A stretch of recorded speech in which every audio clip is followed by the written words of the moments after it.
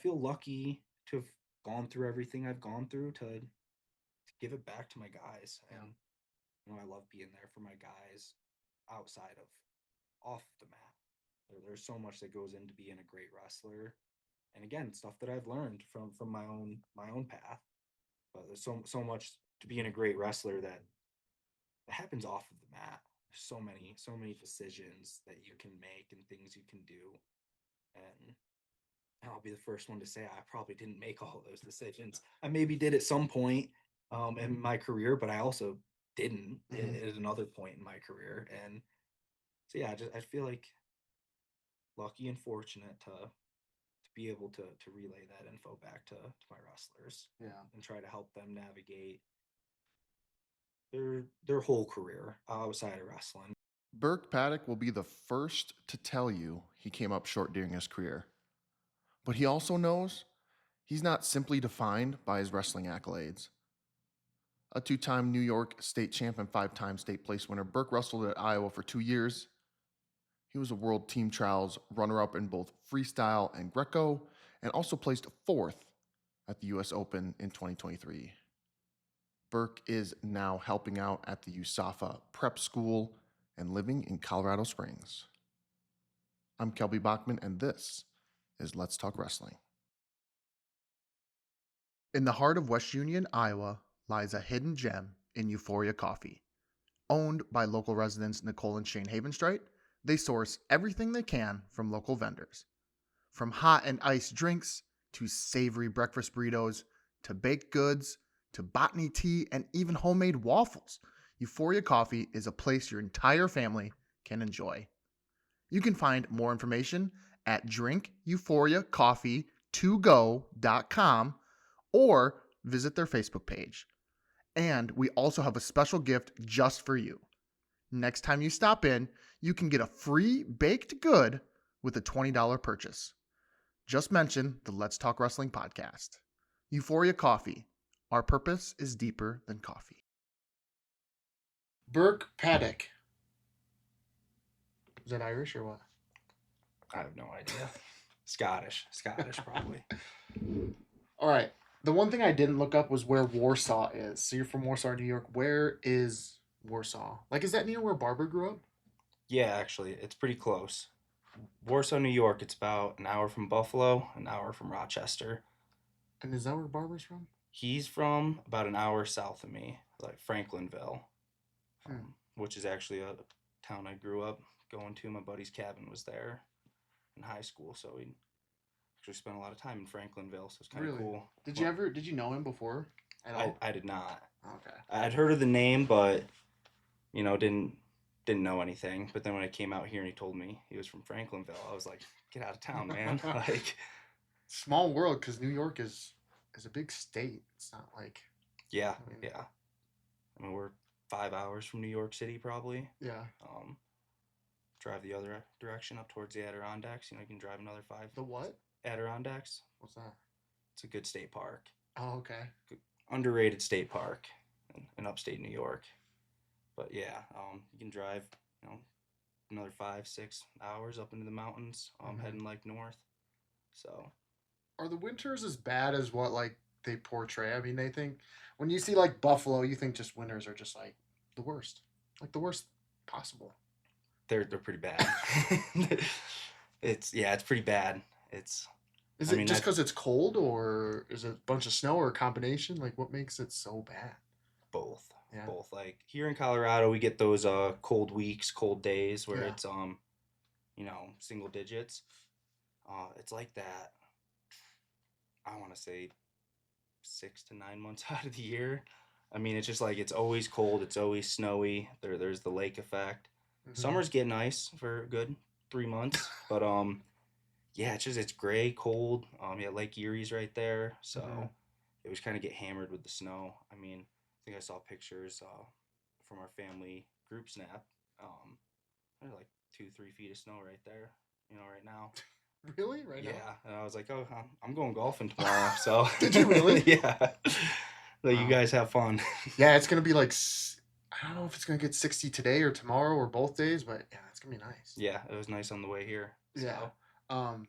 Did you ever go to Buffalo and shovel the snow when they asked like people to come in and shovel like the Bills Stadium or whatever? Always wanted to, Oh, never never did. did. I was always younger and wrestling, and even if I did have a vehicle to drive, parents probably didn't want me driving an hour into Buffalo. Oh yeah, you did say it was And an hour. it was something I always wanted to do and wish I did. Would have been cool, but yeah, never did. I always had something with wrestling going on, you know. Yeah. When did you start wrestling? I mean, first off, you have a big family. What? Eight in all. 8 siblings in all. 5 brothers, 3 sisters. I'm trying not to look. 5 brothers and 3 sisters. Nailed it. Okay. There's Paul, Luke, Aaron, Ian, someone else. And then there's Jessica, Nikki. So I'm missing 2.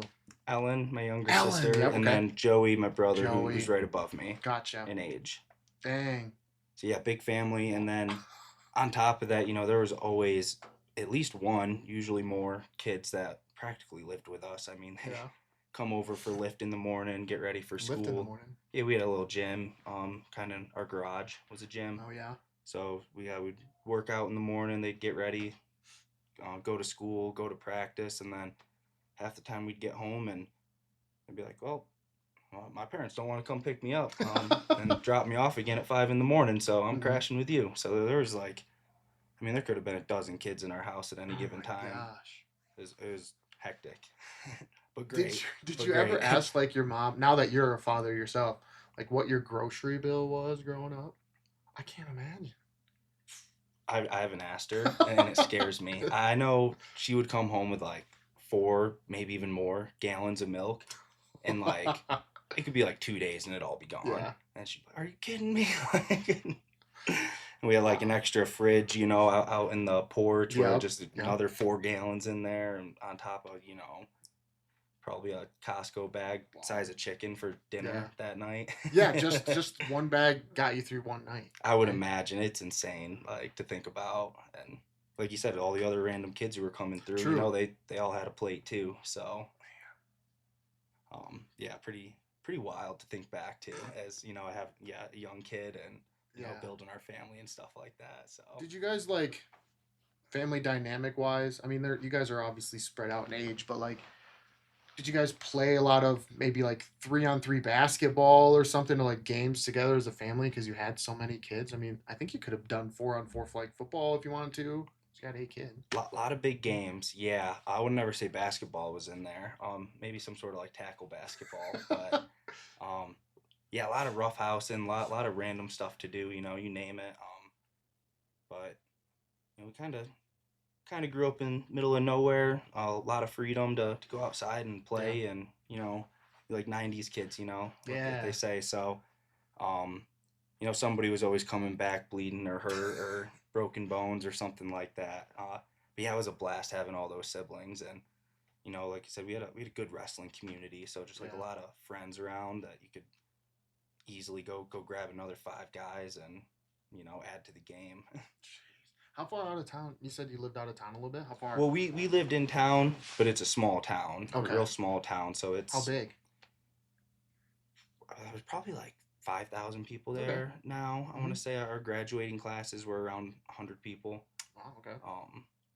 I know now all our sports teams are combined with the neighboring schools, which they weren't back when I was doing all the sports. Yeah. So, yeah, just so small that they couldn't even put together a football team. Wow. So you would think with 5,000 people, like, you know, I graduated from Monticello. Heck, I even lived in Monona, Iowa for a while, and we had combined schools, but 3,500 kids or 3,500 people in Monticello, and we could field a football team. Yeah. And I want to say the population was less back then. I want to say it's kind of gone up a little bit. Yeah. Warsaw's I guess it's a little underrated, but it's a good area. You're close to the both cities, but, you know, you still got that country feel, small town feel. But yeah, a lot more businesses, a lot more stuff's popped up. So I want to say the population's probably increased since I was younger. What small town feel. Where at? I'm trying to think. Is that on the eastern side then of New York? It'd be considered Western New York, Oh, western, but the it wrong would be side. like east of Buffalo. Okay, Yeah. So okay. Um, growing up in New York, what was that like? I mean, I don't really talk to many people who are from New York.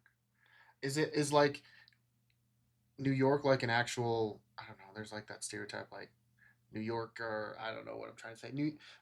Maybe I'm thinking of Boston. I'm confusing with Boston. They're just a you little. mean like the city kind of Yeah, talk? yeah. So yeah, like first day of college, you stand up and you say, "Oh, my name's Burke Paddock. I'm on the wrestling team. Hmm. I'm from upstate New York." Yeah. And everyone would be like, "Oh, what's New York City like? What's Times Square like?" And I'm like, "I've been to the city once, and it's real far away from Yeah. my house. Like, no idea." But yeah, we're a farm town, so it's Yeah. there's more cows than people, Really? easily, and And did you live on a farm?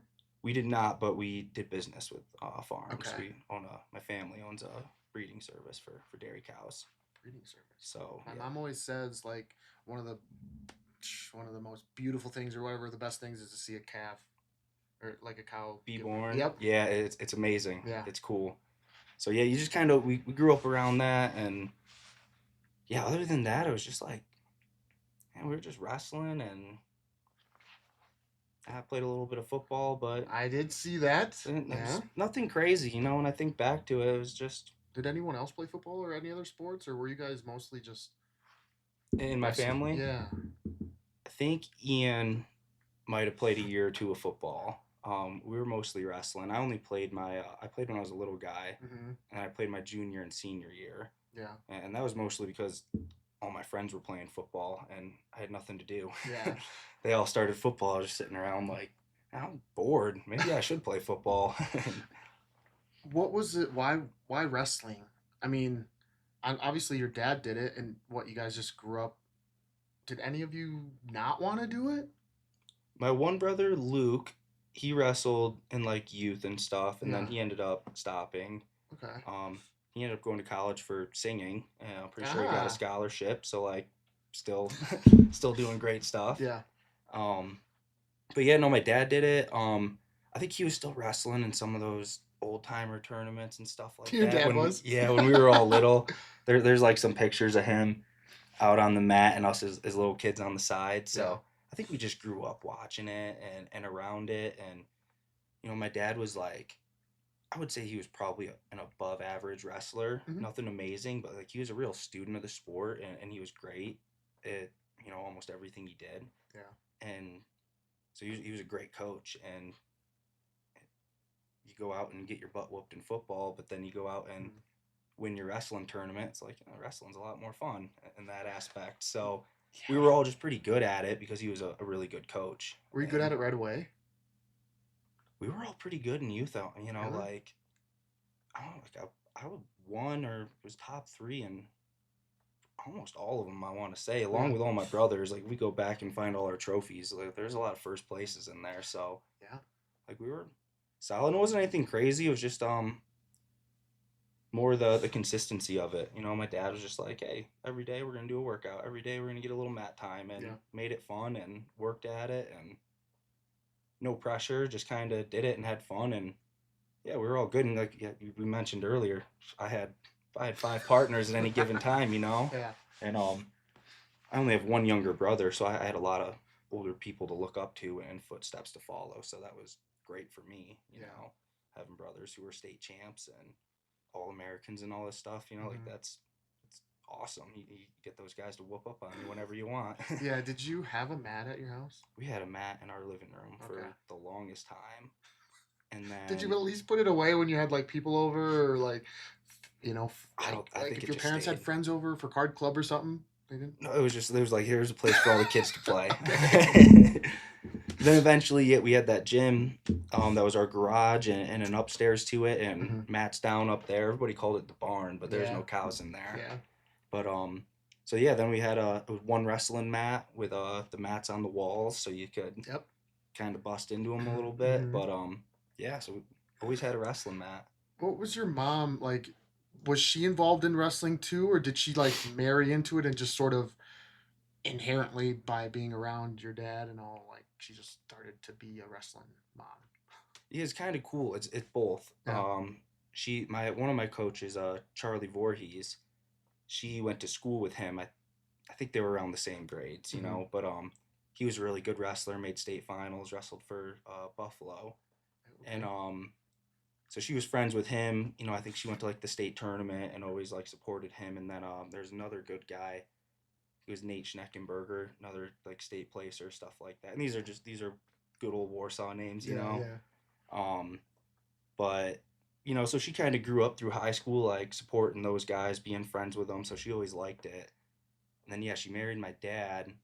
Obviously, got more involved with it. But when we were all younger and my dad was looking for someone to coach us, she's Mhm. like, "This guy I went to high school with, Charlie Voorhees. Like he was the best wrestler ever." Yeah. And my dad was like, I don't know if I ever heard of him and whatever stuff like that. And Yeah. one way or another, ends up bringing Charlie in, and he coached all of us, man, Yeah. and he's a great coach. You know, I attribute a lot of my wrestling career to the things he's taught me, among tons of other Right. coaches. You know, I've been incredibly fortunate, Yeah. but he was one of the youth right all the way through high school was, you know, always there. So Yeah. taught us a lot. Did you guys have a wrestling club, or like was there a town wrestling club? I've been finding out it's fun, like because I grew up about the same time you did. Um, I guess I'm a little older, but whatever. But it's always fun to talk about the town clubs, you know, that we had, like Warsaw Wrestling Club, and it was just a bunch of kids in your town. Like, is that what it Mm-hmm. was? So yeah, there was the Youth Warsaw Wrestling Club or Nice. whatever way back in the day, Yeah. and apparently, as the story goes, my dad. Well, I'll back up a little bit.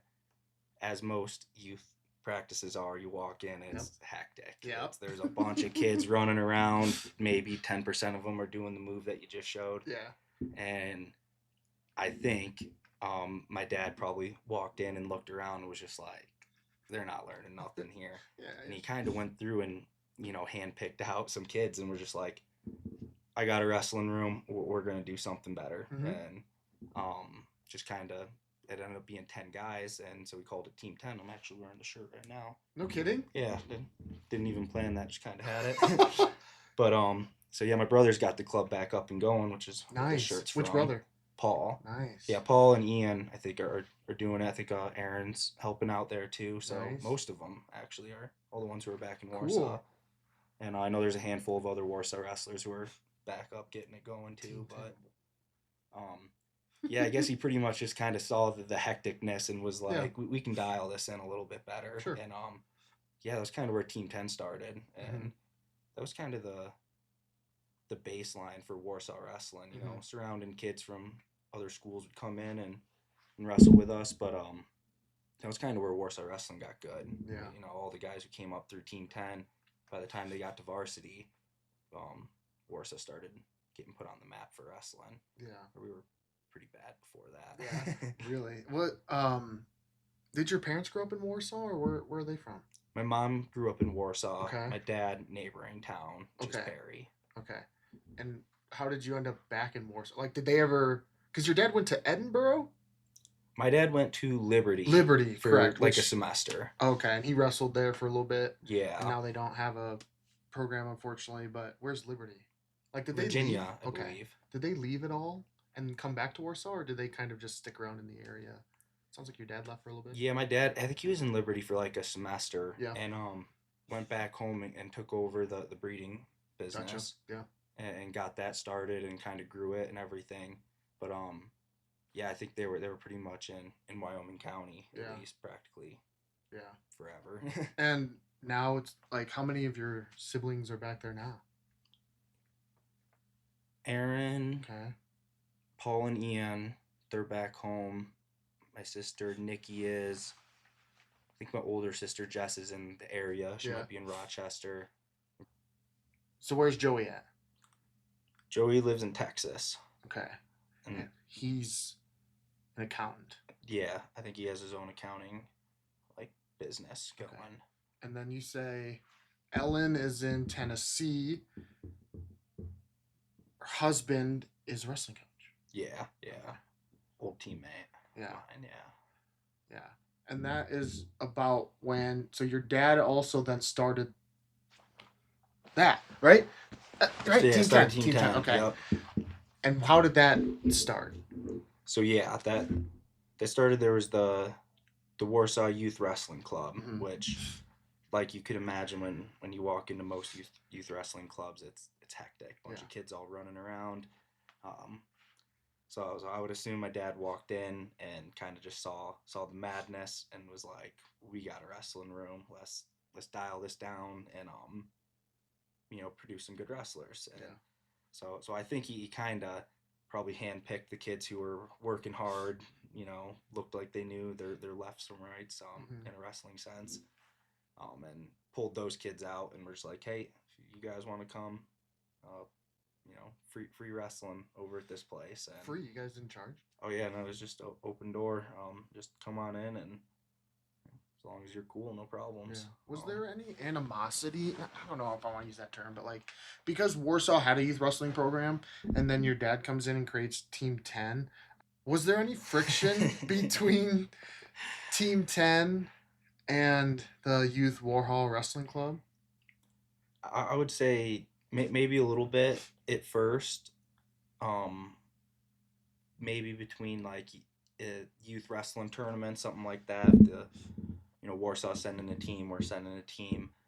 Nothing that I ever saw. Just maybe drawing some assumptions. Maybe there was something small, but I know as we got older and we started getting into the varsity, um, we would all wear Team 10 or even a Paddock's breeding service shirt, which had nothing to do with wrestling. Yeah. um, we would wear all those to tournaments, and our friends from the neighboring schools would be wearing them too. So then it kind of became a thing. There's actually one picture of everybody who placed at the state tournament from probably like two or three different schools. And after all the podium shots were taken at the state tournament, it's all of them standing on the podium. And yeah, they weren't even wearing a Team 10 shirt. They were wearing a Superior Genetics Paddock's breeding service shirt.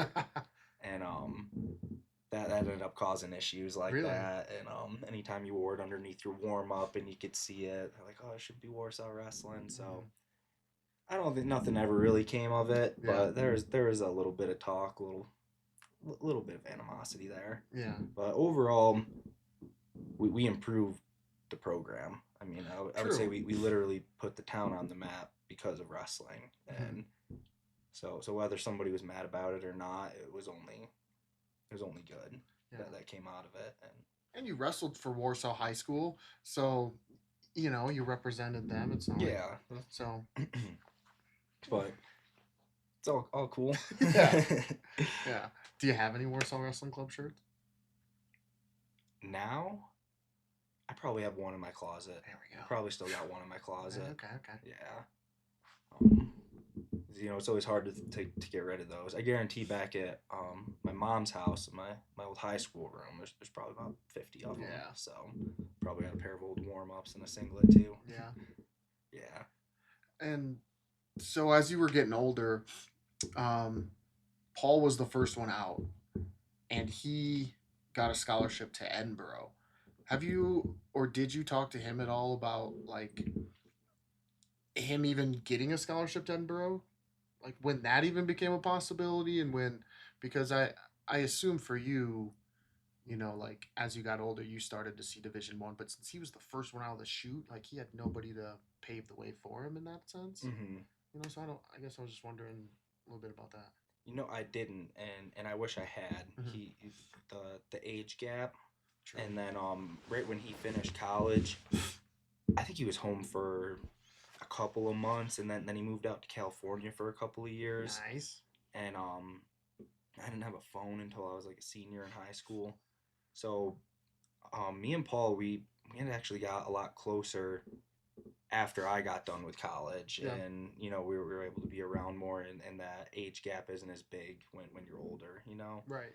So yeah, I wish I'd talked to him a little bit more about it, but yeah, I was in like 6th grade, and he was a freshman in college probably. So never really crossed my mind, but would have been good for me too.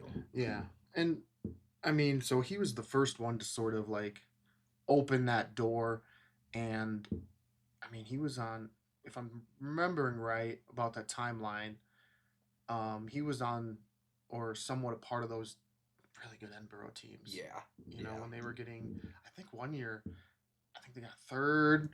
I think, yeah. Like I don't know if they thirds, placed ahead of, I fifth, don't think they and placed ahead like of Iowa, but they almost beat them in the duel, or they did beat, I don't know. But they were, yeah, they were right there in those years. Yeah, that's what I remember. yeah, and he was a part of those teams somewhat. Yeah, yeah, you know, he was on the team. Yeah, I want.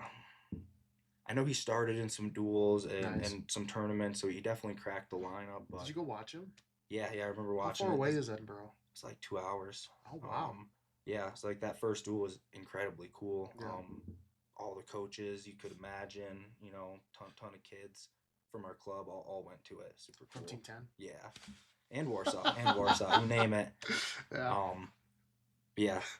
Yeah, it was really cool. You kind of look around the crowd and you're just like, oh, well, there's that coach, Yeah. and it's like they all kind of came out to see the first guy, you know, Yeah.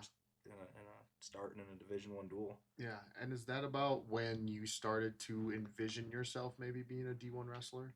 Or just a wrestler at the next level? Maybe not D1 per se, but just. That's when the wheels started spinning about what could come of wrestling. I would say gotcha. at that point in my life, I was just a little crazy kid, Yeah, and I yeah. was just wrestling, You're and not thinking about I'm good at college? it. I'm having fun, and then then you hear your older brother's getting his college paid for because of wrestling, and Yeah. you're like, that's like the coolest thing I've ever heard. Yeah. You know, and so that was where the wheels started turning about it, and then you watch your next brother go Division 1 to a huge school, and you know one of your other teammates go to a Division 1 school. Oh, And, really? Nice. yeah, Mike Nevinger, the two-time All-American for Cornell. You know, same grade as Ian. He went there. Another guy went to Binghamton from our club. So like you just kind of watching all these guys go D1, get scholarships, and you're just like yeah, this is the route I'm taking. Yeah. Like, I want to wrestle in college, and Yeah. then like I'd mentioned before, you start going to NCAs and you just feel, you know, how intense it is. When was And the first one you went to? it would have been Ian's freshman year, which would have been my 8th grade year, so 2011, I want to say. Yeah. And yeah, but like you hear the Iowa crowd or the hate of the Iowa crowd, and that was where I first found my love for Iowa. Like, just hearing everybody who hated them, and I had that mean in your face, I'll shove you off the mat style. And so, you know, you watch Brent Metcalf shoving some dude off the mat and the whole crowd going nuts, and you're just like, oh, everybody hates him. Like, I love him, you know. So is that how your other brothers were? Were they that style, or were like, they were a lot nicer than me. Really?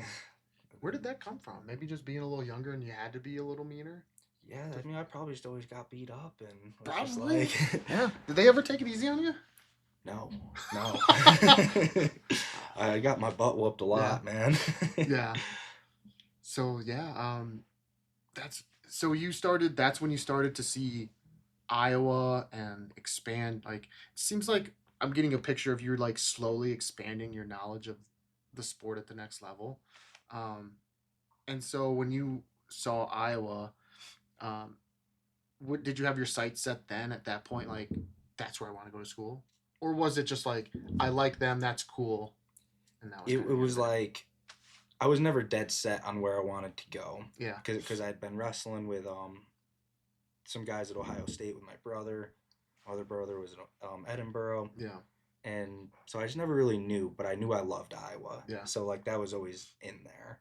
But I also never like really thought I would go to Iowa at the same time. And so then when I first got the phone call. Who called you?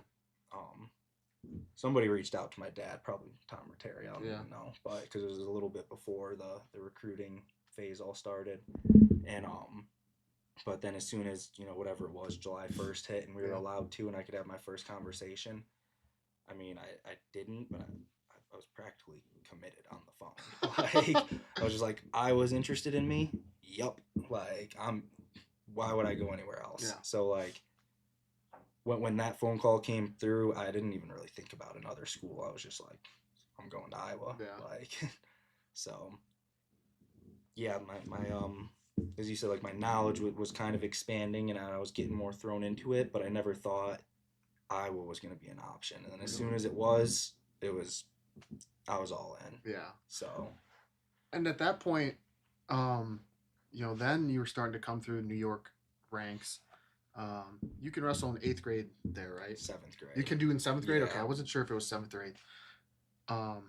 Were you starting in 7th grade? Yep. You Yeah, were I was a starting 130-pounder in 7th grade. That's kind of big. I mean, I wrestled all juniors and seniors, and I was like 12 years old. And how'd you do? Did you hold your own? It was like 45 and 5, something like Are you that. All serious? my losses came to like state placers and guys who ended up wrestling Division 1. So, Wow. didn't end up qualifying for the state tournament. I took 3rd at the qualifier, and the guy who won it, I think he didn't even place. The guy who took 2nd, he took 4th. So, Wow. took 3rd at the qualifier in a pretty decent weight class. So That was okay. So yeah, I held my own as a 12, 13-year-old Yeah. wrestling 18-year-olds. Yeah. What was your goal? Like, I mean, I'm just in Iowa. You can't, you can't wrestle until you're in high school. So I'm just trying to imagine being a 7th grader and going, I'm gonna win a high school state title. Like, was that your mindset at that point, or like, what were you thinking? I wanted to be the first 6-timer. Troy Nickerson was the first and only 5-timer at the time, and I was just like, I'm beating that. I'm beating that. I'm gonna be the first 6-timer. Wow. Obviously, pretty upset in 7th grade. Yeah. So I'm like, all right, 8th grade. I'm gonna tie it. I'm gonna be the second one to tie it. Didn't win. So Yeah. only ended up coming out with 2. So pretty far off of that 6. Yeah. Still, I was looking at some of the guys that were kind of even coming up right. New York is tough. Like, I don't think it gets maybe the credit it deserves, because it's out east and it's overshadowed maybe a little bit by like Pennsylvania, New Jersey, and whatnot. But when you were going for your 2nd state title, there were a couple guys coming up in Yanni Diakomahalis, and I think Vito was right on his heels too. So like, yeah, I mean, those are just 2 guys. But in 8th grade, who stopped you? One of my best friends. Really? Yeah. Mike Nevinger, mentioned him earlier. Yeah. His younger brother, Chris Nevinger. Wow. He was in 10th grade. I was in 8th grade. Yeah. And we were trying not to be in the same weight class, but you know how it goes. Yeah. And yeah, man, crazy stories actually, especially thinking back, like I was in 8th grade. Yeah. He was in 10th, but yeah, we go like sectionals, supers, and then the state tournament. Okay. We wrestled in the finals of sectionals. He beats me in triple overtime. Yeah. We wrestle in the state qualifier finals. He beats me in triple overtime. We wrestle in the semis of the state tournament. He beats me by a point. So it's just like, 3 weekends in a row, or maybe with a break in there or whatever. But yeah, beat me all 3 times. And like, are you freaking kidding me, man? Triple overtime, 1 point. He went on to win state title that year. What place did you end up? I got 5th. 5th? So yeah. A little slide there. Yeah, yep, slid down a little bit. I mean, but at that point, you're only just starting to hit. I mean, your growth spurt, puberty, like, I mean, yeah, you almost have like the rest of the world ahead of you. So what happened like freshman and sophomore year then? Freshman year, took 2nd. Lost to the same kid I lost to in the state qualifier finals. So another Section 5 kid. Yeah. Who ended up wrestling for Cornell. Lost to him. Pretty close. Yeah. Both matches. Yeah, he was a senior that year. Went to Cornell. Never ended up starting or anything. Yeah. But 10th grade, actually wrestled another one of my buddies in the quarters, and I'd wrestled him that summer and whooped him up pretty easily. And so when I had him 2nd round at the state tournament, I was just like, you're licking your chops, yeah. Whatever. And he got good. He had I remember talking to him after the fact. He's like, oh, he had I forget who, some D1 wrestler who just graduated, moved to his town and was his main partner. And so he caught me by surprise and got heck of a lot better. And so he beat me there.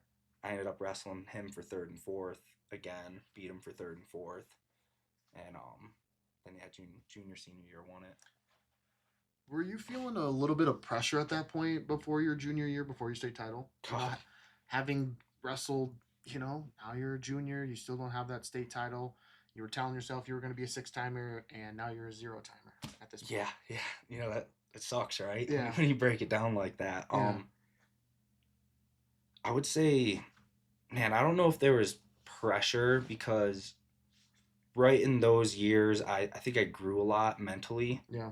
And in those years leading up to where I'd never won a state title, my junior year, I almost expected it. Yeah. I thought I was entitled to it. Like, I thought, oh, I bust my butt. I do all the right things. I the best coaches, the best workout partners. Like, I'm a state champ caliber wrestler. I should be winning state titles. So I think I grew a lot mentally, as a person, as a wrestler, as a kid, and I think some of that entitlement that I thought I had coming my way from the work that I'd put in kind of went away, and it just kind of went to like, just follow the path. Yeah. Do what's right. Just stick to it, and like you wanted 6, you're at 0, so like you're pretty darn far off. So it doesn't even matter. Like it almost left, and then that was when I just kind of started wrestling, and if that makes sense, Yeah. So yeah, less pressure and more just self-realization of just because you work hard doesn't mean you deserve it or you're going to get it. It's everything, and you got to make it happen. As the other part, you can say, oh, I underestimated my buddy because I whooped him up, but like I messed up, and props to him. He got freaking good in 1 year and came out and wrestled a really good match. Yeah. And so yeah, it was a big learning curve, I would say, and I think I accepted it really well, and that's when I think my wrestling also jumped to another level. Yeah. Yeah. So was that pretty satisfying then, that first state title? Or was it at that point, because you expected it to happen, that it was almost like, like, I know it was your first one, and you should have been, you could have been really super stoked and excited, but you could have also been like, well, I expected this, so here I am. Yeah, it was both. I'll say I was incredibly stoked when I won. I jumped up, threw my arms up, jumped in my arms, in my dad's arms. It was super cool. But as I was just saying, you can't expect to win everything. Like, I was, at that point, I kind of knew I was going to win. Yeah. I was just like, and I hadn't had a close match all season. Kind of was just beating everybody up pretty bad. So I was like, man, like, I know I'm winning it this year. But so when I won it was still a super great feeling. I pinned the kid in the first period, so part of me was like, man, I knew I was gonna win, but I didn't think I was gonna be done in like a minute. Yeah. So that was pretty cool. But yeah, I was pumped. It was a great feeling, and second state title, I was a little more stoic, just got my hand raised, but like, again, great feeling, super pumped about it. Just kind of trying to follow the rule of, you've been here, be professional, and just another day of work. And at that point, you were chipping away at some of Ian's records, right? Like, I think that's when you passed him for career wins, and that's when you started. That's when you started to. I guess so. Yeah. Sort of. I didn't really notice it at the time. Yeah. Never really cared so much about that stuff. Now that I still have the win record in New York, it's super cool to look back on it and say you still have the most career wins. Yeah, it's like 10+ year record that I got now. And like we just listed, like, Yanni came through there, Vito. There's a bunch of other guys. I'm sure that I can't name off the top of my head, but New York has some really good wrestling, and so some standout wrestlers for sure. I'm sitting right here next to the most career wins in New York history. Yeah, 304. So I will say, I don't know if Yanni even had 304 matches. So it doesn't matter. But I wrestled a crap ton of matches, man. I probably I don't know. I probably had something like 20 losses too. So I mean, it's a lot of high school matches. Yeah. But we get seventh, eighth grade, Mm-hmm. and that's right when dual meet tournaments were kind of starting to take off. Yeah. And man, I even think later in my high school career they made a rule of like two um dual meet tournaments a season because you get 10 matches at each of them. Yeah. So but I think there was a year before that was a rule, and we had even more. Yeah. So it's like I was getting 50 plus matches a season. Yeah. It's a lot of wrestling. Yeah. Um, and actually, you know, your senior year was that when you were throwing a little bit of a curveball? um, in what sense? With my brother? Is that what Yeah. you mean? Yep. It would have been that would have been heading into my junior year. Heading into your junior summer year. before my junior year, I want to say, yeah. Okay. So that's when you guys were cutting a tree limb down and it fell on Aaron and because I read that's why you have some tattoos on here. Yeah. And they're what do they mean? What do they say at first and what do they mean? So yeah, I got pretty big one that's like Aaron's Army all here, and then chest piece, and says without my brother there'd be no victory. He's shown me the true meaning. As the years go on, we will be victorious. Where'd you get that And quote? kind of funny. High school girlfriend. I was looking up quotes. I was trying to find something. I was combining a few of them. Yeah.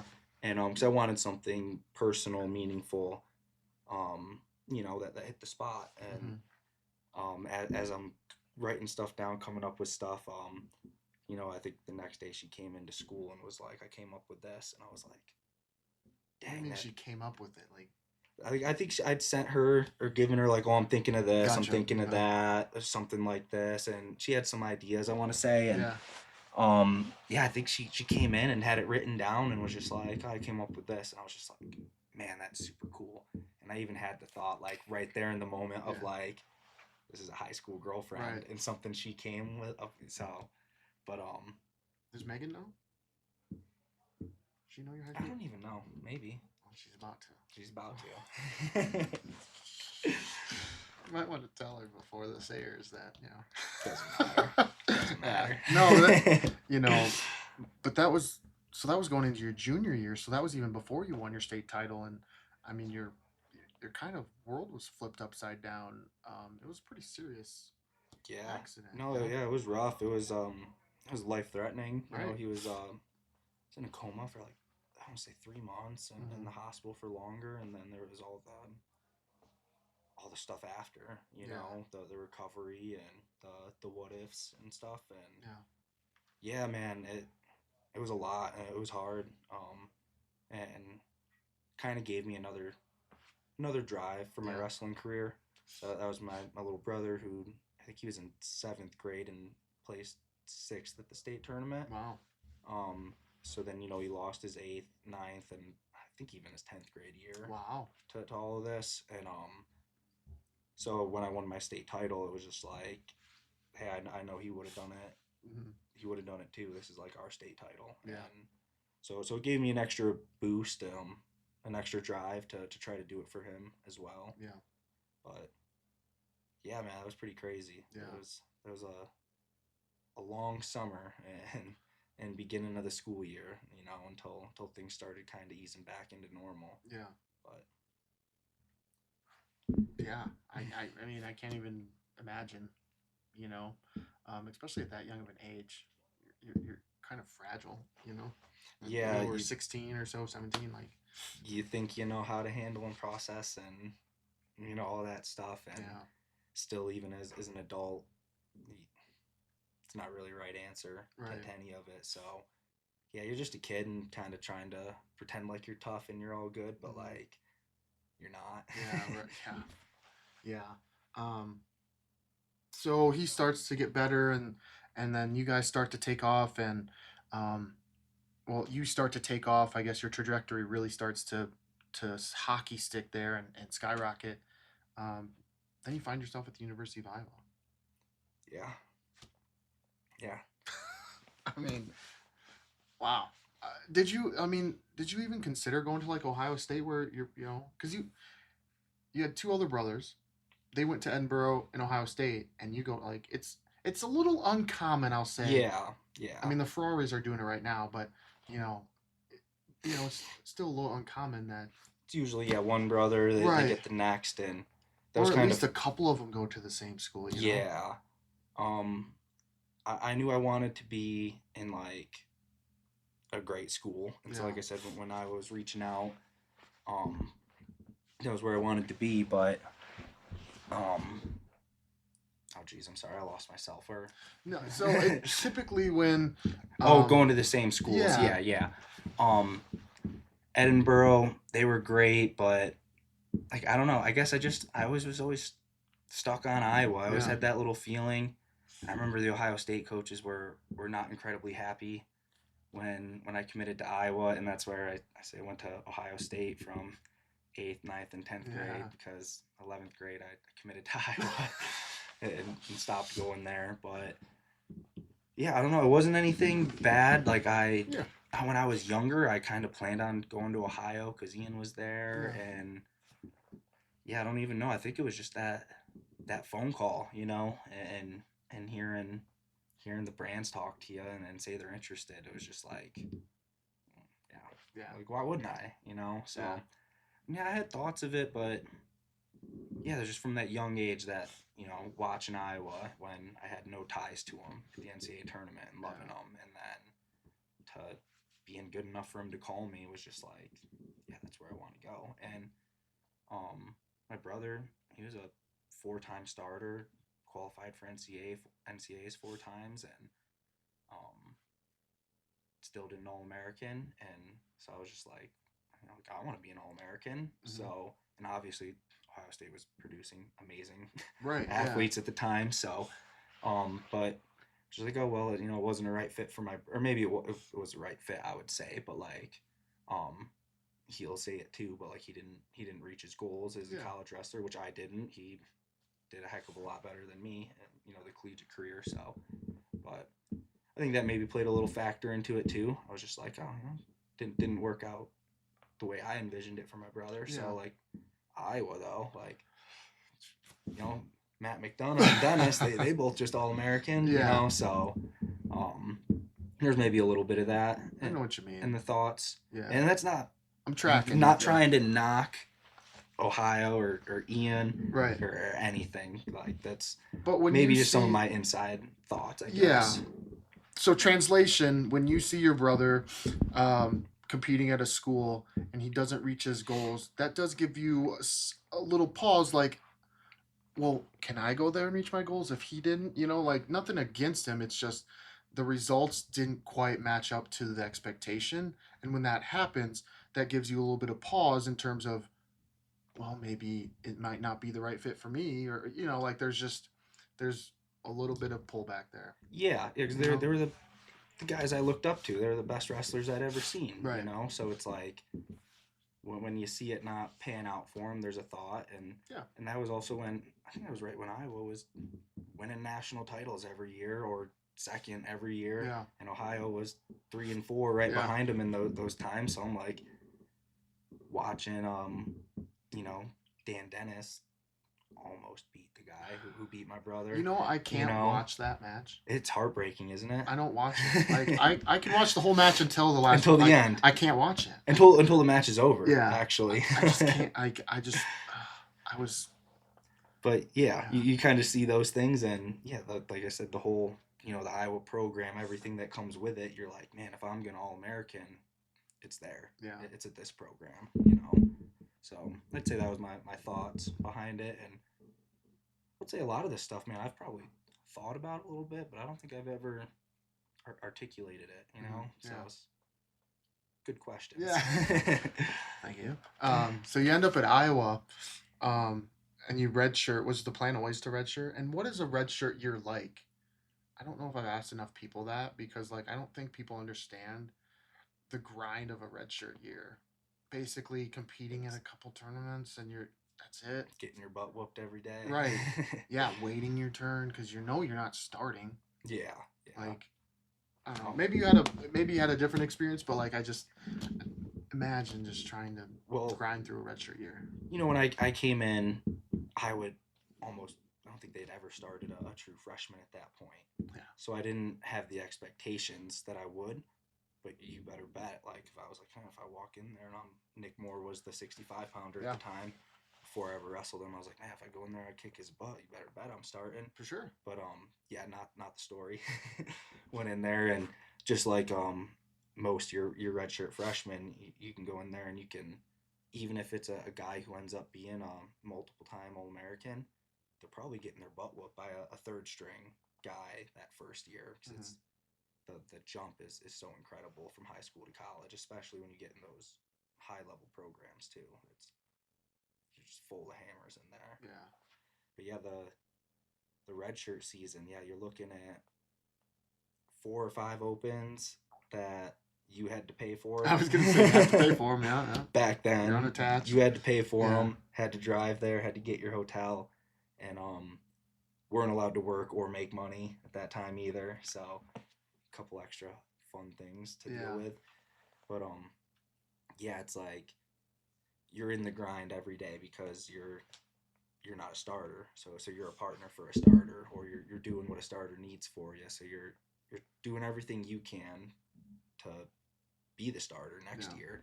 But then you're trying to be a teammate for me, it was Mike Evans, Sam Brooks, Mike Kelly, Nick Moore, those guys right around my weight, wrestling with them every day, trying to help them. And then on top of that, you're just getting your butt whooped, man. I mean, I think Mike Evans probably beat me 200-0 some days and stuffed me up against the wall. And, like I remember just like going back to my dorm room and just like, cool, I got to study, write a paper.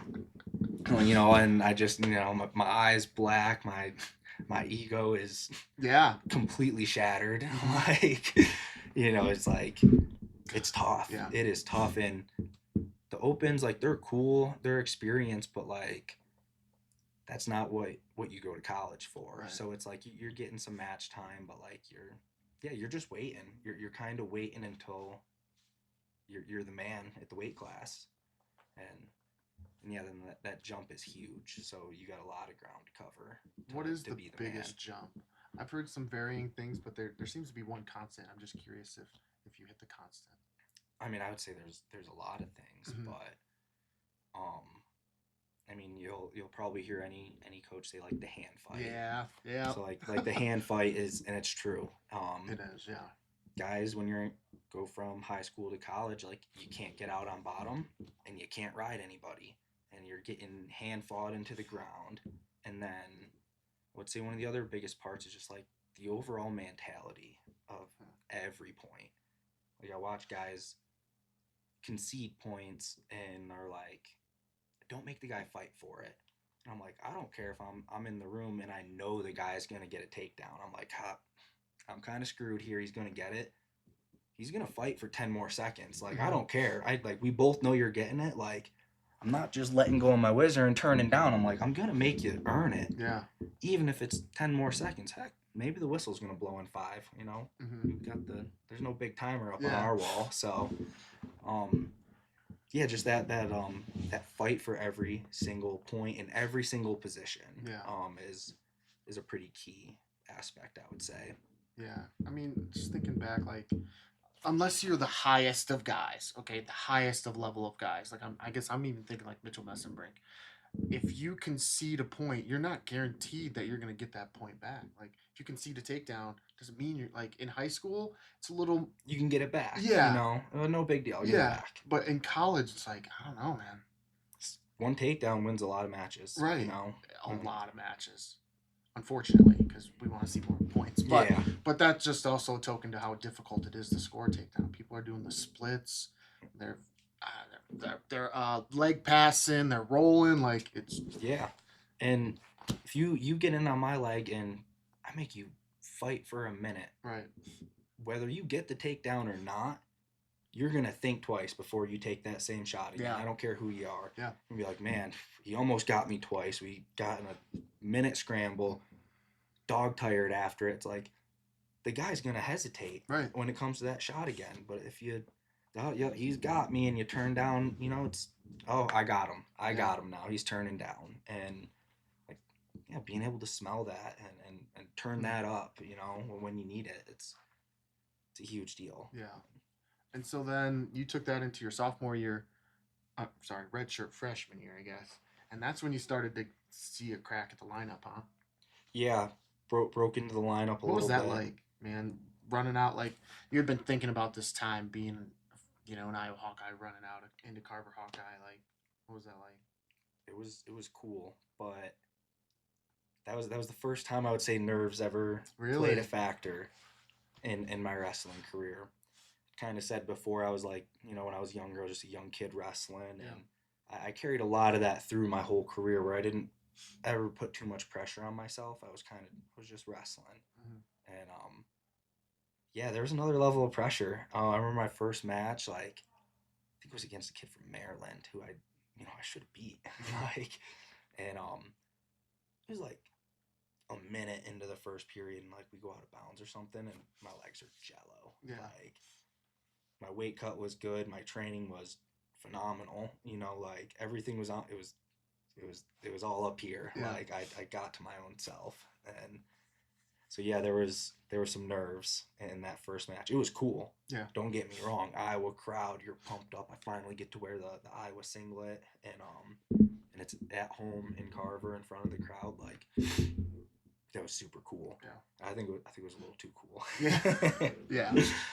um, and as my career, I was able to dial that in Yeah, a little yeah. bit more. That first time, hit you.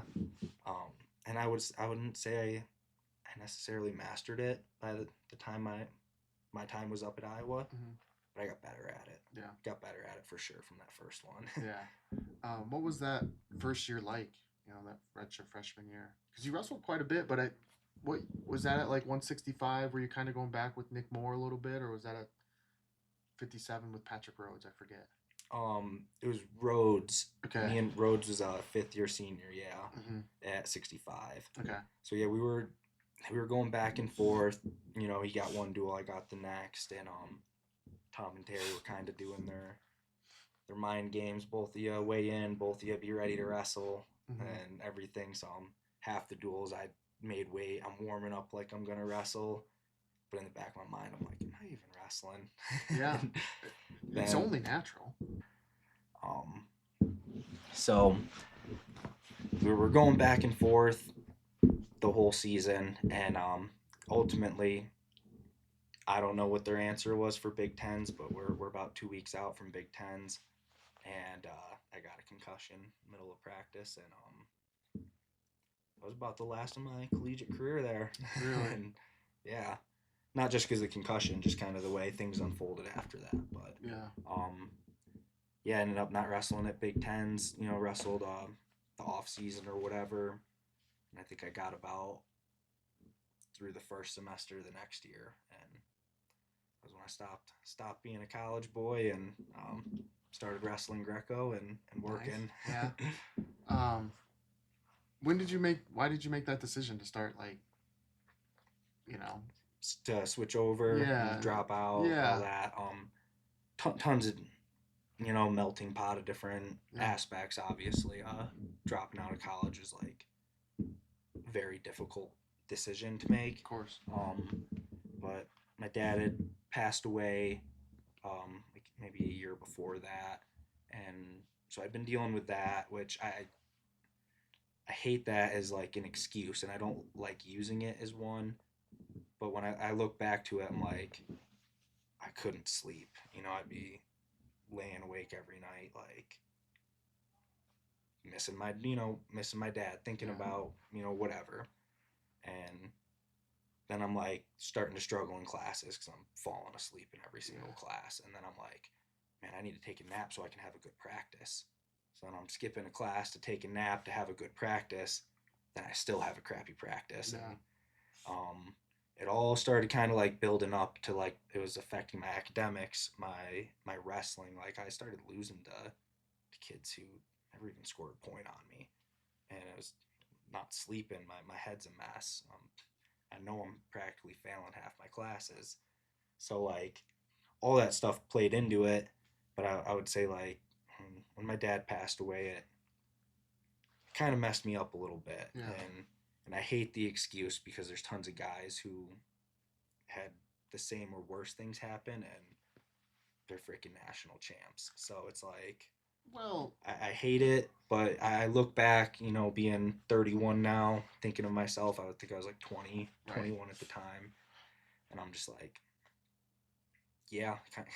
And my dad was also, he was my coach. He was one of my biggest supporters. Like, always had my back no matter what. And so I think there was just that whole side of it too, where the Iowa program is thick skin and tough love, which I knew that getting into it. And Tom and Terry had my back and were there for me, incredibly supportive through the whole thing.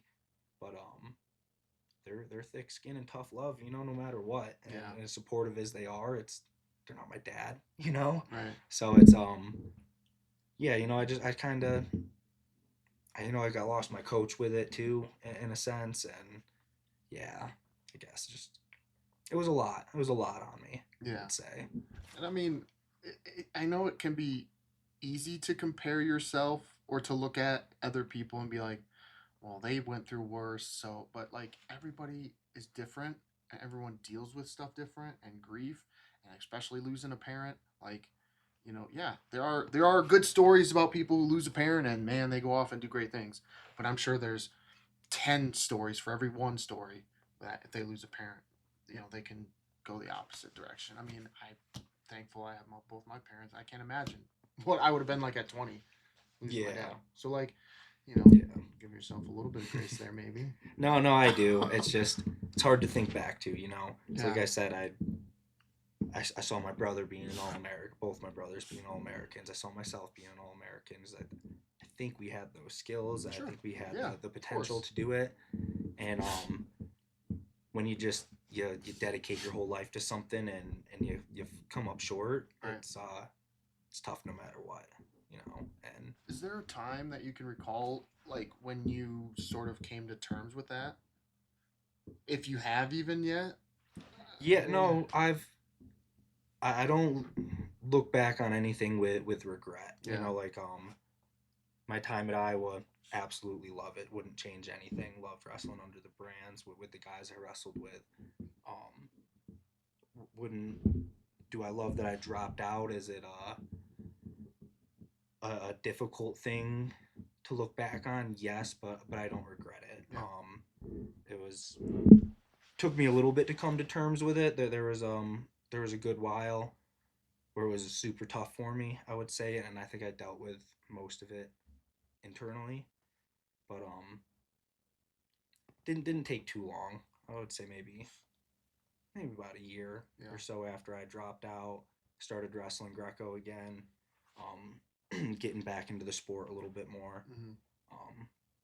So yeah, that kind of helped me, and jumping back and competing and being somewhat successful, having some success, you know, on the senior circuit.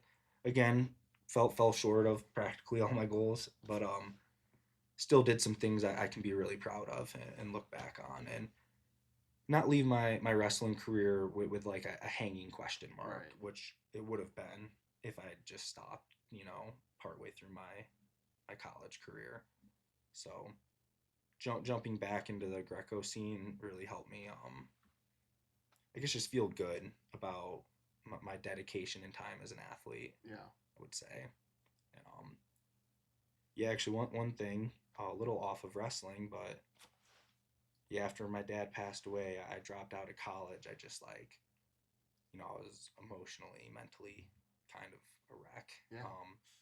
Took a good 6 months, and I hiked the Appalachian Trail. And I just lived with my dog in the woods in a tent. I walked like 20 miles a day, and a lot of time to reflect when you walk 20 miles a day uphill.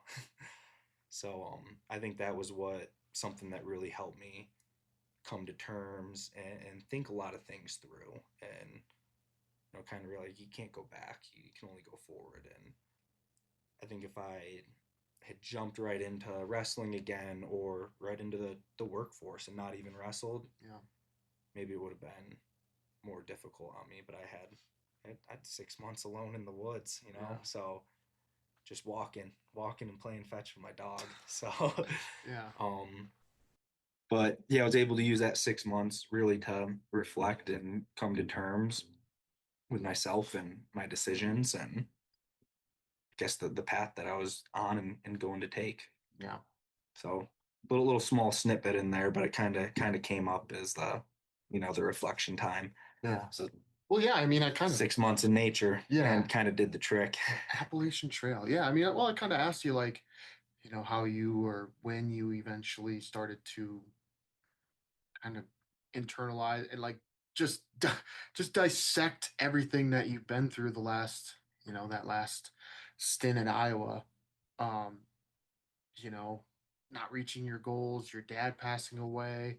I mean, there's just a lot in there. But I want to mention before like the end of this that you're going to school now. Like you're going back. You're going for a degree right now, right? Yeah, back in school. Um, didn't finish my degree, and again, another you can call it another like hanging question mark Sure. on all this stuff ahead. I feel that, man. And so yeah, and there's been a couple of Division 1 coaching jobs, and that I Really? got passed up on because I didn't have a degree, Mhm. and I never knew if I'd be breeding cows or building houses or Sure. coaching wrestling. But now that I kind of know I'm coaching wrestling, I go back get that degree and make it a full-time job. Yeah, and so I feel that. Like I said I feel that because yeah, there was always I dropped out of Iowa.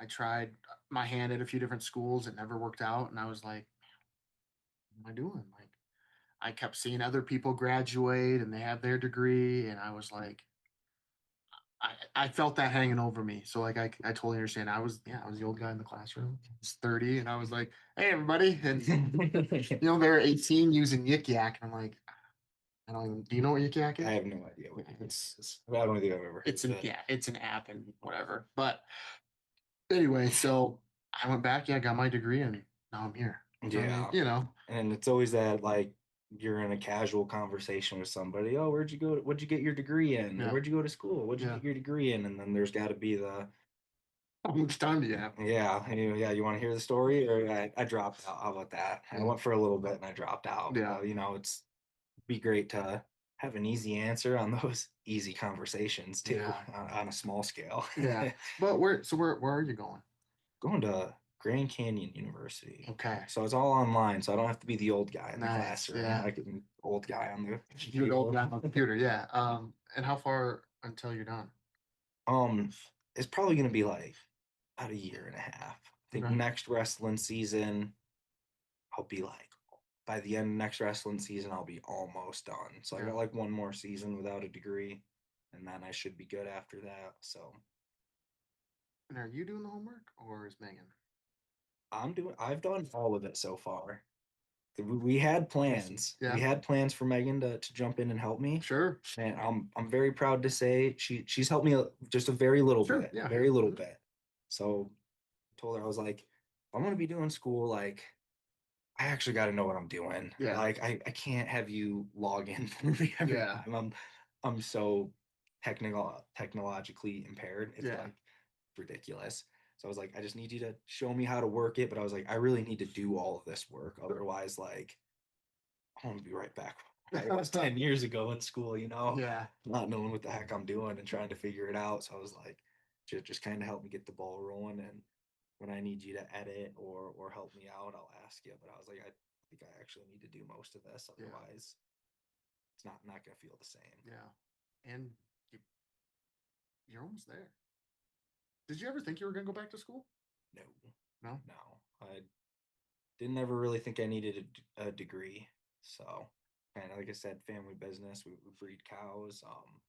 Been a carpenter since I was like in high school. Yeah. Been pretty good with that kind of stuff. So I was just like, yeah, I went to college to wrestle. I don't care. Yeah. But yeah, kind of had to eat those words a few times now. Yeah. Could have been making some better money. Made things a little less crazy on my wife Yeah. and stuff like that. So we're eating those words now, but we're making it happen, and doing what we got to do. Yeah, how'd you end up out here then in Colorado Springs? Yeah, Matt Linlin had given me a call. This was shortly after I dropped out, and right before I was leaving to go on the Appalachian Trail. Yeah. And he was like, "Hey, you know, heard through the grapevine you're done with folk style. Any chance you want to come out to the Olympic Training Center?" And who's Matt Linlin? Uh, he was the head coach at the Olympic Training Center for Greco for a while, Yeah. for years before I moved out here, and then by the time I got here, it was like his last year. Yeah. Um, but he's Olympic silver medalist, UFC world champ, belt holder. Um, I think he made like an Olympic and a world team for like kayaking or something too, or like rowing. Like the guy's kind of a freak of nature. Yeah. Um, but yeah, he's incredible wrestler, incredible coach in person. But he gave me a call and kind of gave him, half the conversation I just talked to you about. Like, yeah, not mentally ready to wrestle again, but like, yeah, my wrestling career is, incomplete. So, but I told him I wanted to hike the Appalachian Trail. And when I told him, I was like kind of scared. And even though Why were like you scared? I was like, he's giving me this great opportunity, but I'm like, I won't be ready for another like 8 months though, Yeah. because I'm doing this 6 month hike. And so I thought I might lose the opportunity, but I knew I wasn't ready. So I was nervous to even say that Sure. in our first conversation, which is funny. But um, he's like, "Man, that's awesome. That's one of the coolest things I've ever heard. Yeah. You got my number. Give me a call when you get done with that hike." And I was like, "Okay." And so I gave him a call afterward. Still wasn't ready to be away from home quite yet. Yeah. Um, so he was like, "Cornell, they got a Greco RTC there. How close is that?" That's like New York. Yeah, they were the New York Regional Training Center. Mhm. They had a different name every year I was there. They're like the Spartan RTC now. Okay. But I think. But so yeah, moved out there. There's only 2 hours from home, so drive home, see the family on the weekend, kind of make up for the time I felt I missed in college a little bit, and trained at Cornell for I say like 3 years, and again, training situation probably just wasn't quite ideal for me, and there wasn't a ton of Greco guys and stuff like that. So, and I was coming out here once or twice a year for all the camps, and I was making good friends with a lot of the guys who were like resident athletes out here. And they all just had great things to say, and then one of them was just like, "Yeah, don't stay in these dorms. Come stay with me." And so now I'm in Colorado Springs by the mountains with a vehicle, going out and seeing stuff. And I'm like, okay, the training here is amazing. Coaches here are awesome. I love Matt Linlin. He's tall, long, wrestle the same similar style to me. So I was like, I can learn a ton from him. And I love mountains. I love hiking. Love nice weather. And so with all these camps, I was just like, I want to move here. Like the training situation's ideal. The lifestyle's there. So I remember I'm standing in the parking lot of my buddy's apartment building, and I call Megan, who's in nursing school back in Ithaca at the time, and I'm just like, "I love it here. When you're done with nursing school, we got to move here." And she's just like, "Okay, All I'm right. good with Colorado." Yeah. Like, compare Colorado and upstate New York, Colorado's a little bit nicer. So Really? she was on board right away. So that finished up nursing school and made another call to Coach Linlin, and he was like, "Hey, yeah, come on out. We got room for you." So yeah, that was my road out to Colorado. How did you And meet Megan? Like, when did she come in the picture? we I had my first class with her freshman year of college, Okay. and What then was she doing? So you met her at Iowa. met her in college. Yeah, What was she doing in college in Ithaca, nursing school? we started dating in college. Okay. So we knew each other, had classes, whatever. Some time passes, we end up dating. Okay. We dated for maybe about a year before I dropped out. So I dropped out. I go to hike the Appalachian Trail. She finished up her last year of college, Yeah. and then she moved out to Ithaca with me. Wow. Okay. So yeah, she's been on on the journey with me What for a was she while. doing while you were hiking this Appalachian Trail? Well, she was in college still, so she had her But like last. you just like disappeared. You went off the grid for 6 months. I told her. I told her I was leaving. Like, did you have any communication? I mean, I'm just I, imagining. I bought a new phone, Okay. so I had a new number, Okay. and my mom, Megan, and a handful of friends had it. So about once a week when I had service, I'd give her a call.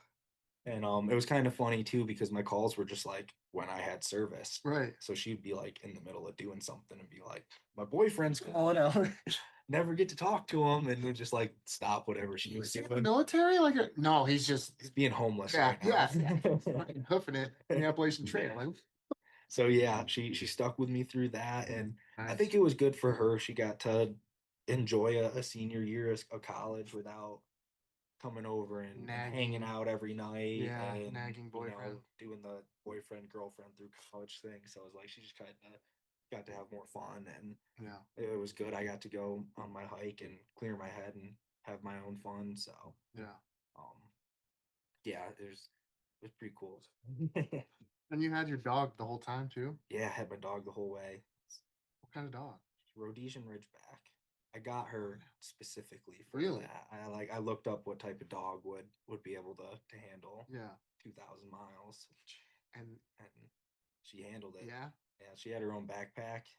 Really? Chased bears. Yeah. You know? Did she have like was she wearing the backpack when she walked? Or Oh did she yeah, I didn't carry it. No, you No didn't? way.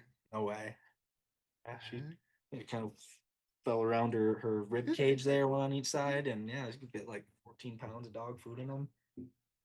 So occasionally I'd have to carry some of her food, depending on long stretch between towns or whatever. But yeah, that dog, she pulled her own weight, man. Wow. She chased off bears. She did all sorts of cool stuff for me. Dang, and Megan was there. And I mean, I don't know if you knew this, but Iowa has a really good nursing program, but you drug her out to Ithaca. I did. And then you drug her out here. Yeah, and she was working at the hospital as a tech. Really? While she was in college. So, yeah, she was in that big hospital. Yeah. I think she was on like the top floor or something like that. So good view in Iowa City, all that. Yeah, I made her go to Ithaca.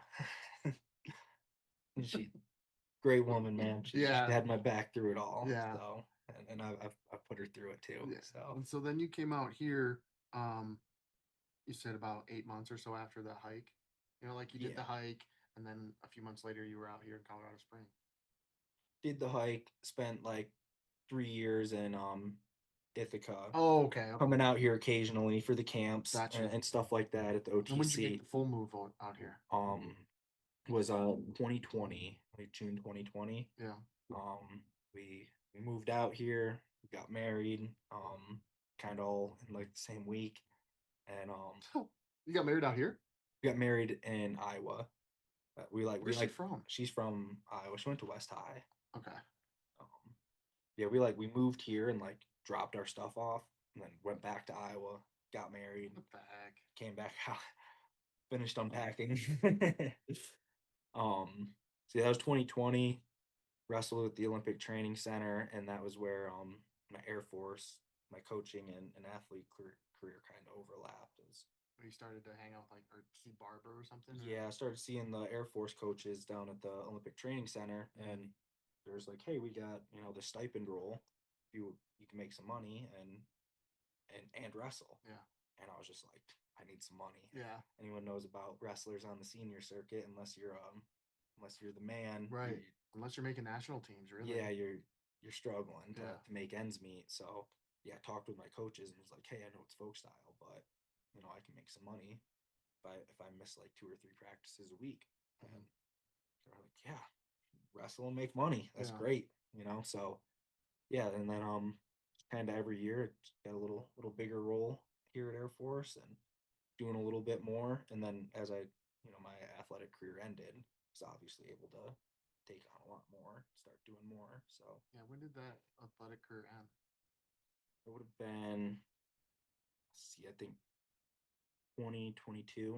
And you were still wrestling? I think so. I think that was the think that was the last like world trials I did Yeah. there. Or no, maybe 2023. Yeah. Wow. Might have been 2023. Yeah. I just feel like I've been wrestling forever, so it's hard. You have. I mean, like the amount of wrestling you did after college is pretty amazing. I mean, you Yeah, got yeah. done in college what 2016 or so? Yeah. 2016, yeah. And then I mean, you had an extended career after that. Yeah, yeah. I started back up. I think I started training in 2018. I came in, I think, right before World Trial, so I was like, I'm not even trying to qualify. Let me get my shoes back on first. So yeah, 2018 to like yeah 2022, 2023, right in there, something like that. Yeah. So I tacked on another good handful of years of Yeah. wrestling at the end, and heck, I still wrestle with these Air Force guys and the prep guys Yeah, practically. the I mean, every bros. week for sure. So I'm still wrestling, man. Did you ever get any besides that concussion? Like, did you ever sustain any like real injuries?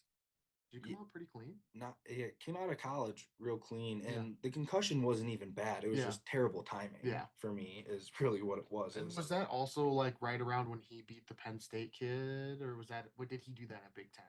yeah, they did that for I think that was for like seventh and eighth. Okay, at to like Big Tens. that qualified him for national. Yeah, Okay. yeah. Okay. But sorry, what was the question? Were you hurt or anything? Oh yeah, no, I got out of college clean, man. No real injuries. It was the greco wrestling that got me. Really? Yeah. Interesting. I think it was more just age too, a little bit, and a lot of lifting bodies, Yeah, lifting, true, moving true. bodies. But yeah, college got out real clean and healthy, and then yeah, I kind of started tacking on the injuries Yeah. from college or from senior career. My back hurts pretty bad. Had a couple knee surgeries now, Really? so yeah, I'm kind of Yeah. hurting these days. I come home, moaning and groaning to Megan almost every night. Well, at least she's a nurse. She can take care of you, right? She doesn't. She just tells me to Probably. toughen up. Yeah, probably. She That's probably what like happens when she's she's a nurse at work. exactly. Yep. And she's She'll not take even- care of me if I need it, but usually she's just like, "You're just sore. Yeah. Toughen up."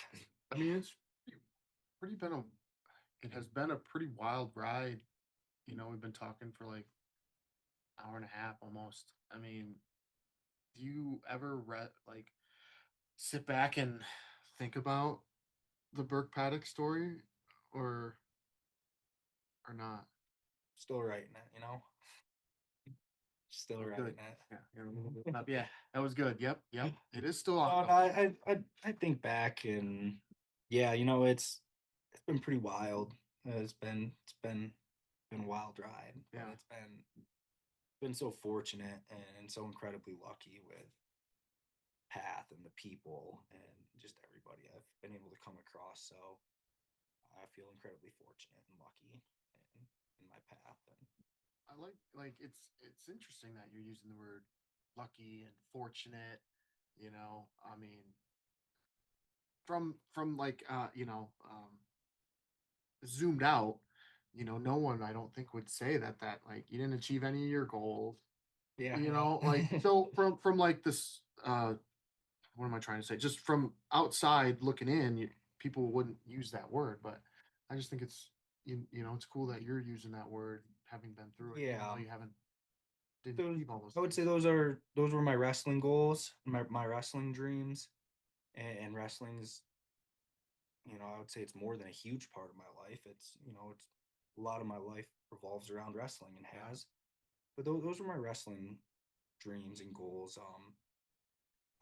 Married, I'm incredibly happy. I have a daughter, another kid on the way. I'm surrounded by amazing people, and I've been able to learn from so many people and so many of the experiences I've gone through. And being a coach,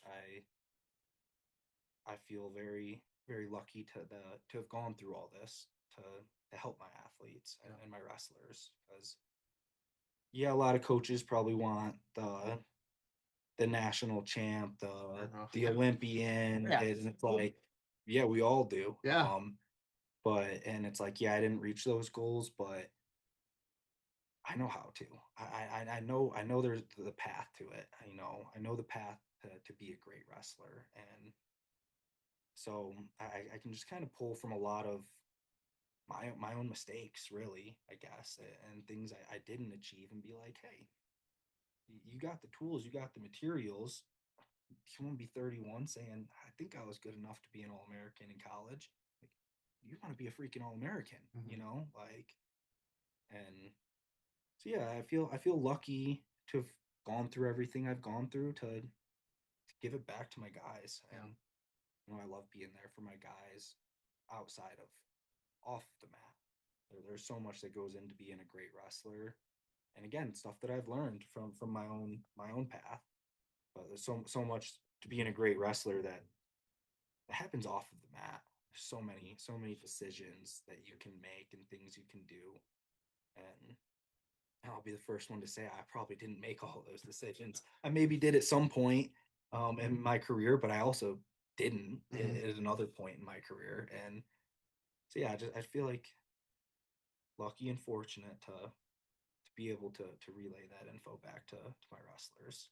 And try to help them navigate their whole career outside of wrestling.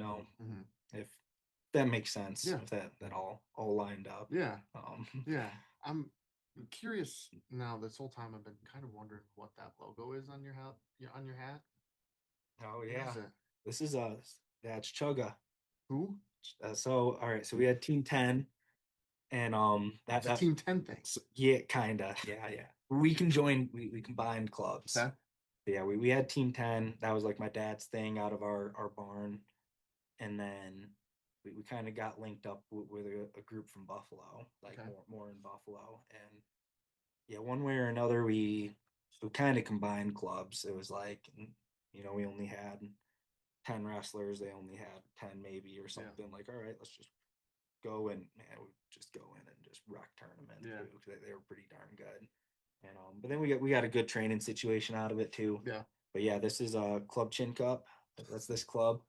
And this is Team 10. So I'm just wearing all my club stuff today, I guess. What did you call him? Chugga? Chugga, yeah. Chugga, what is it? It's I'm pretty sure as the tail goes, it's a green Blastoise. You know Pokemon? Yeah. It's a green Blastoise. Yeah, I think this is how the story goes, but I think we were playing with some Pokemon at a tournament. Okay. And Blastoise, you know who that one is? His shell had fallen off.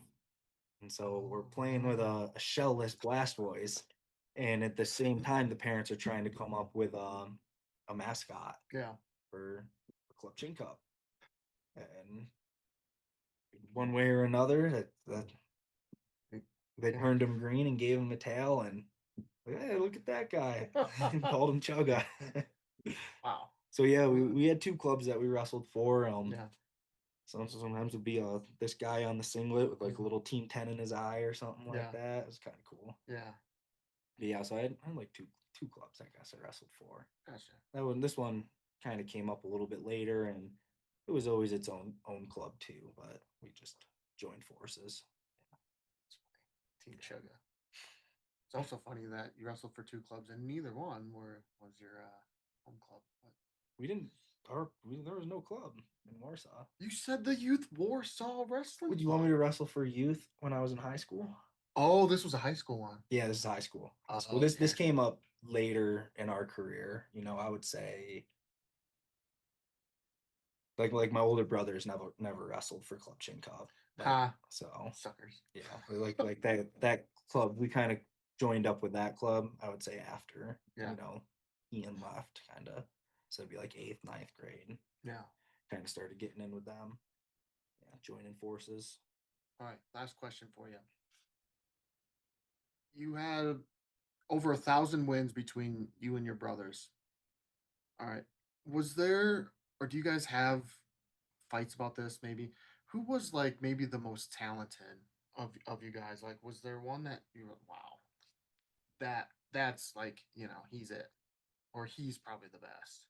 Ongoing debate. Okay. I'd say a lot of the talk goes between me and Ian. Mm-hmm. Ian probably wins most of those. And I'm not talking just because he had like better accolades or whatever, like just because he maybe had a little bit more success, in my mind, doesn't automatically give him the trophy, I guess, is what I'll say. Thanks, You know what I mean? Joey. Well, they could have been watching you and go like, wow, Burke is Well, I guess I would have been wrestling in those instances, so I can't speak for other people. But yeah, it's tough. It's like Ian won a state title in 8th grade at 96 pounds. In 8th grade, I wrestled 145. right. So I'm 14 or whatever, wrestling seniors. He's in 7th grade, probably wrestling another 7th grader. Yeah. So it's like, okay, not another state title, but what's it weigh? Yeah. So that's what I'm saying. Like, you there's know, probably a little like who they viewed as like the most talent or like the best, not just because the accolades. yeah. I mean, I would like to say it's me, but I'm Me going to too. say most people are probably going to say Ian. So, he's 4-time NCAA qualifier and, Ohio State starter. So that college career holds pretty heavy. Sure. The Greco career tends to be the last style talked about. So, success in Greco tends to go under the rug in America. Success at the senior level Yeah, but versus college level. anytime I'm at a bar with my old wrestling buddies and Ian, and we're all drinking, and I can say, oh, I placed at World Trials, I placed at the US Open. Yeah. For sure, 100% in Greco. Somebody else will say. So it's like, it just depends on what you look at. And but I will say I had him to work out with. I had him to guide me. I had Paul to guide me. I had all their help. Where as you get younger, you get more help from the older brothers, where they were the ones paving the way. So as much as I want to sit here and talk about Ian, well, he can't defend himself. He was a huge part of any success that I did have. So you can toss it up and look at it either way, but I'd say he had a pretty incredible college career, and kind of ended it there, and I kept on going. So it just depends on what you look at. So maybe we'd have to talk to my old coach who wrestled with both of us, see what he has to say. Right, we will get the answer from him. Yeah, he would probably. I mentioned him earlier. My coach Charlie. Mm. He coached Paul, Ian, me, drilled with all of us. So he might be the man with the answer. I'll have to get a hold of him. Give him a call. Yeah, we'll give him a call. We'll ask him. Next podcast, we'll get him on. What's his name? Charlie? Yeah, Charlie Voorhees. Oh, yeah, the one that went to high school with your mom. Yeah, that was. Yes, Charlie Voorhees. Yeah, so he might have that answer. Yeah. See, I'm wondering, like maybe he might say. He might say Paul. All right, he might say Paul. I say Paul. Paul is freaking good. Yeah, he's good. Yeah. So he still is. He's really. Yeah, he's back in shape. He got the club going again, so he started working out. Yeah. He got that after wrestlers body for a little bit. Yeah. He's man. Saw him when I went back home. He's back. He looks like he's about to wrestle again. Ian? Ian's still in good shape. Pretty much all my siblings are still holding pretty strong, including yourself. Yeah, I'm doing my best. I gotta stay in shape for these college kids, man. Can't let them get an edge on me. You also can't let your brothers get the edge either. It's kind of like. Well, see, that's what I can say now, is I'm like, I wrestle with D1 guys every single day. So if we want to roll a mat out right now, right. My confidence is through the roof with any of my siblings. I'm like, yeah. I lift, I wrestle. Half the time I do the conditioning with my guys. Really? Like, you guys don't stand a chance. I'm sorry. Like, you might be my older brother, but I'm doing it every day. Mm-hmm. Sorry. Thanks again for listening to this episode of the Let's Talk Wrestling podcast. Special thanks to my guest, Burke Paddock, for taking the time to sit down and chat with me. Cover art created and designed by Kristen Gill. Please feel free to rate, comment, and subscribe to the podcast. And you can also check me out on YouTube, Instagram, and my Facebook page to hear more of my content. And don't forget, check out my website, Let's Talk Wrestling Podcast.com. www.my.canva.site. And as always, be sure to tune in to hear the next guest of the Let's Talk Wrestling podcast.